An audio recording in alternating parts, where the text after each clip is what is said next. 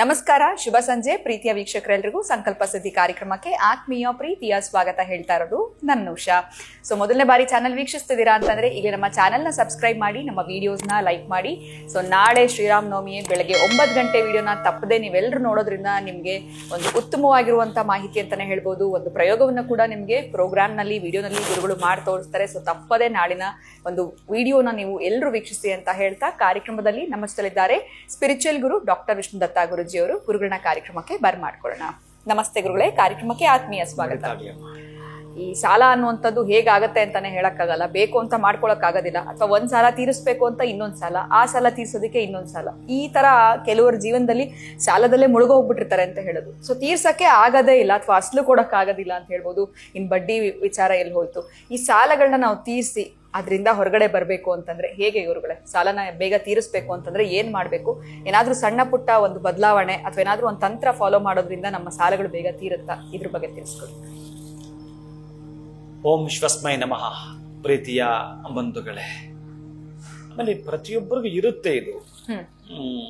ದೇಶಗಳಿಗೆ ಸಾಲ ಇರ್ತವೆ, ಆದ್ರೆ ಭಯ ಪಡಬಾರ್ದು. ಇರ್ತವೆ, ಅನುಭವಿಸ್ಬೇಕು. ಕೆಲವೊಂದು ಅವಮಾನಗಳಾಗ್ತವೆ, ಸನ್ಮಾನಗಳು ಆಗ್ತವೆ, ದುಃಖ ಆಗತ್ತೆ, ದುಮ್ಮಾನ ಆಗತ್ತೆ, ಖೇದಗಳು, ನಷ್ಟಗಳು, ಲಾಭಗಳು.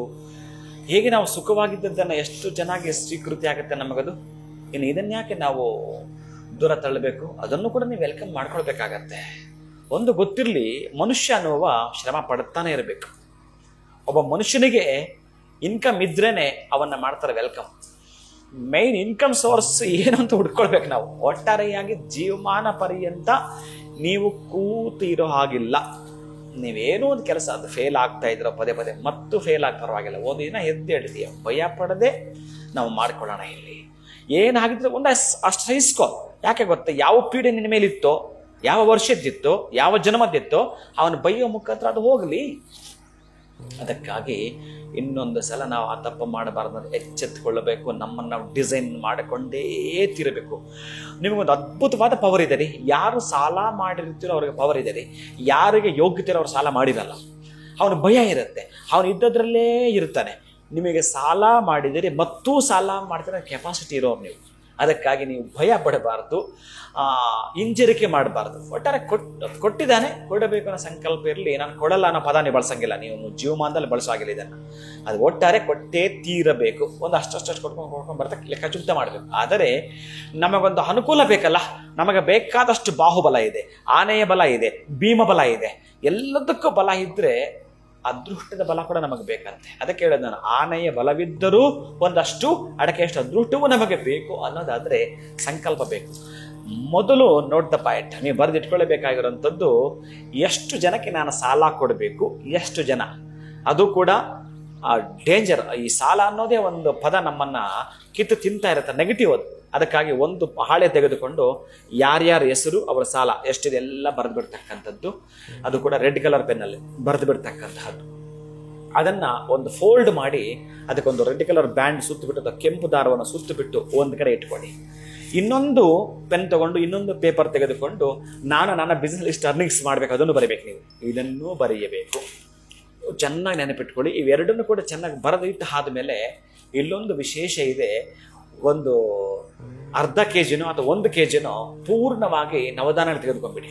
1 ಕೆಜಿ ಮಿಕ್ಸ್ ಎಲ್ಲ ಒಂದು ಬೌಲಲ್ಲಿ ಹಾಕಿ ಮಿಕ್ಸ್ ಮಾಡಿಬಿಡಿ.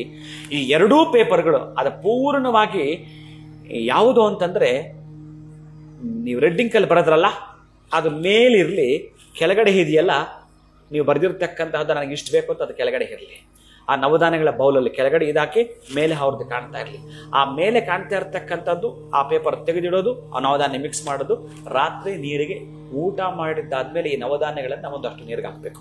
ಬಲಗೈಯಲ್ಲಿ ತೆಗೆದುಕೊಳ್ಳಿ, 3 ಸಲ ನೀರಿಗೆ ಹಾಕಿ, ಮತ್ತು ಈ ಪೇಪರನ್ನು ಅಲ್ಲೇ ಹಿಡಿ.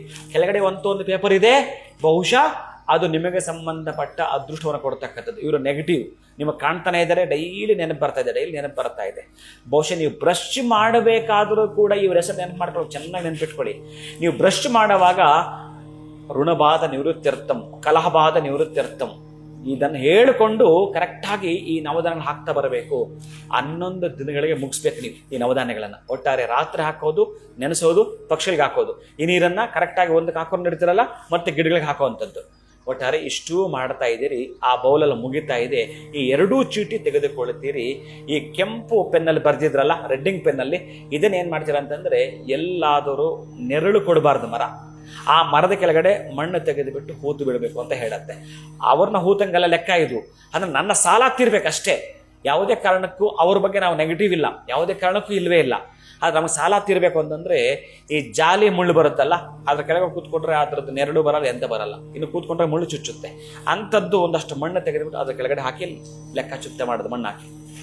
ಇನ್ನು ಕೆಳಗಡೆ ಒಂದು ಪೇಪರ್ ಇತ್ತಲ್ಲ, ನಿಮ್ಗೆ ಎಷ್ಟು ಬೇಕು ಅಂತ ಹಣ ನೀವು ಬರ್ದಿದ್ರಲ್ಲ, ಆ ಪೇಪರನ್ನ ನಿಮ್ಮ ಮನೆಯ ಬಳಿ ಅಥವಾ ಬೇರೆ ಎಲ್ಲಾದ್ರೂ ನಿಮ್ಮ ತೋಟದೆಲ್ಲಾದ್ರೂ ಇತ್ತು ಅಂತಂದ್ರೆ ತೆಂಗಿನ ಮರದ ಬುಡದಲ್ಲಿ ಹೊಡೆದು ಬಿಟ್ಟು ಮೇಲೆ ಆ ತೆಂಗಿನ ಆ ಕಾಯಿಗಳನ್ನ ನೋಡುವಂಥದ್ದು. ನಾನು ಕೂಡ ಈ ಎತ್ತರಕ್ಕೆ ಏರಬೇಕು, ಅಷ್ಟು ಫಲ ನನ್ನ ಕುಟುಂಬ ಕೊಡಬೇಕು, ಅಷ್ಟು ಫಲ ಈ ಸಮಾಜಕ್ಕೆ ನಾನು ಕೊಡಬೇಕು, ಅಂಥವನಾಗಿ ಬೆಳಿಬೇಕು ಅಂತ ಹೇಳಿ ಒಂದನ್ನ ಅಲ್ಲಿ ಮುಚ್ಚಬೇಕು, ಇನ್ನೊಂದನ್ನ ಈ ಮರದ ಬುಡದಲ್ಲಿ ಪೂರ್ಣವಾಗಿ ಮಣ್ಣಾಕಿ ಮುಚ್ಚಿ ಬರ್ತೀರಿ.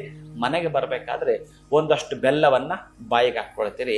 ಅಲ್ಲಿಂದ ಆಚೆಗೆ ನೀವು ಮಾಡೋ ಕೆಲಸ ಇದೆಯಲ್ಲ, ದಯವಿಟ್ಟು ಹೇಳ್ತೀರಿ, ಕೆಲವೊಂದು ಬದಲಾವಣೆ ಮಾಡ್ಕೊಳ್ಳಿ. ಕೆಲವೊಂದು ಬ್ಯಾಡ್ ಹ್ಯಾಬಿಟ್ಸ್ ಇದೆಯಾ, ಅದನ್ನ ಕಂಟ್ರೋಲ್ ಮಾಡ್ತಾ ಬನ್ನಿ.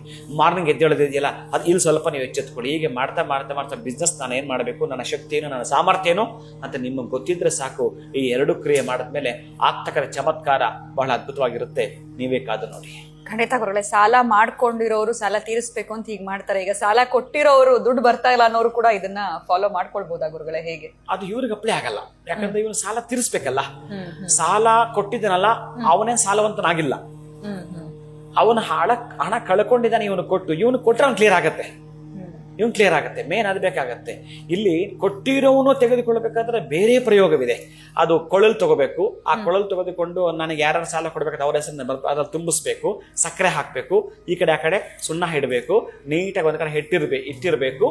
ಅದಾದ ನಂತರ ಅವನ ಸಾಲ ವಸೂಲಿ ಆದ ಮೇಲೆ ಯಾವುದಾದ್ರೂ ಒಂದು ಈ ಈಚಲ ಗಿಡ ಅಥವಾ ಈ ಪೊದೆ ಬಿರ್ತಕ್ಕಂತಹದ್ದು ಇದೆಯಲ್ಲ, ಬಿದಿರು ಪೊದೆ, ಆ ಬಿದಿರು ಪೊದೆಯಲ್ಲಿ ಆ ಫೋಟೋ ಇಟ್ಟು ಕರೆಕ್ಟ್ ಬರ್ತಕ್ಕಂಥದ್ದು ಏನಿರುತ್ತೋ ಕೊಳನ ಇಟ್ಟು ಬರ್ತೀವಿ ಅಂತಂದ್ರೆ, ಆ ಇಟ್ಟು ಬಂದಾಗಲೇ ಅವನು ಸಿಹಿ ಸುದ್ದಿ ಕೇಳ್ತಾನೆ, ಯಾರು ಕೊಟ್ಟಿರ್ತಕ್ಕಂಥವ್ನು. ಅಷ್ಟು ಚಮತ್ಕಾರ ಇದೆ.